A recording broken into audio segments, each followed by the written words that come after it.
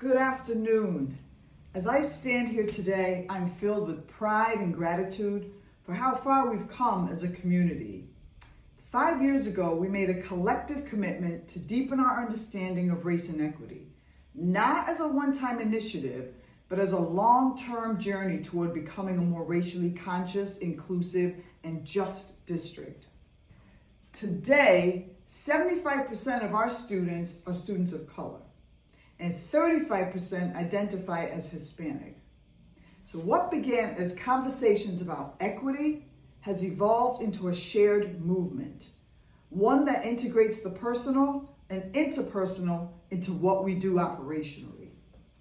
Through our Dre collaboratives and equity leadership teams, we've built capacity across the district, empowering staff to be advocates and change agents. We've created affinity spaces for connection and healing, and we've celebrated culture and community through Hispanic heritage events, Black History Month programs, scholar celebrations, and race and equity read-alouds, just to name a few. And this affirms that every voice adds richness to who we are. Our work is guided by the 5 equity elements, which help us navigate challenges, use intentional language, and stay the course as we unlearn practices that haven't always been inclusive.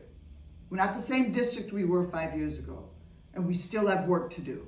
But now we have language, tools, and courage. We know that if people are in the room, race is in the room.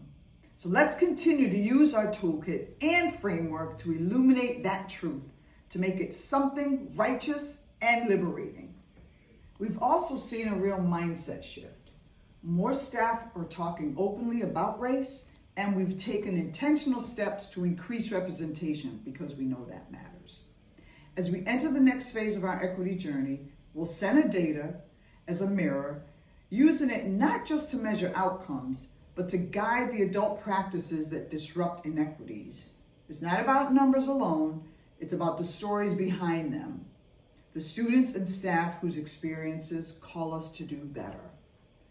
Understanding that race is the container that holds all identities is a truth that we can no longer ignore. Equity is not a destination, it's a mindset, it's a way of being. So thank you for being a part of this journey and for continuing the work that ensures every student, every staff member, and every family feels seen, valued, and heard, and even empowered to thrive as their authentic selves. So by now, you should have an article in front of you. It's called Looking at Data, a Both and Approach. And it challenges us to see data not just as numbers, but as a mirror, helping us reflect on who is being served, who's being left behind, and how our personal beliefs and systemic practices shape those realities. As you read, consider the questions on the screen. And I want to thank you for taking this work seriously so that we can all together change lives.